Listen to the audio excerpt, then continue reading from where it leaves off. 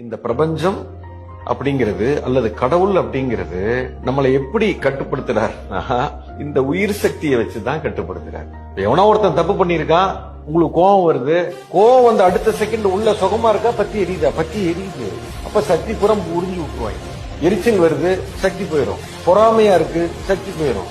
பயமா இருக்கு, சக்தி போயிடும். இந்த மாதிரி இருந்தேன்னு சொன்னா உயிர் சக்தியை இழந்து விடுவோம். நீங்க கோபம், வெறுப்பு, எரிச்சல், படபடப்பு, பொறாமை இதெல்லாம் இருக்கிற அன்னைக்கு பாருங்க, உடம்பு டயர்ட் ஆயிரும், வேலையே செய்ய முடியாது. ஆனா சந்தோஷமா ஆனந்தமா இருக்கிற அன்னைக்கு பாருங்க, என்னைக்காவது ஒரு நாள் ரொம்ப ஆனந்தமா இருக்கீங்க, டயர்டே ஆக மாட்டீங்க சார்.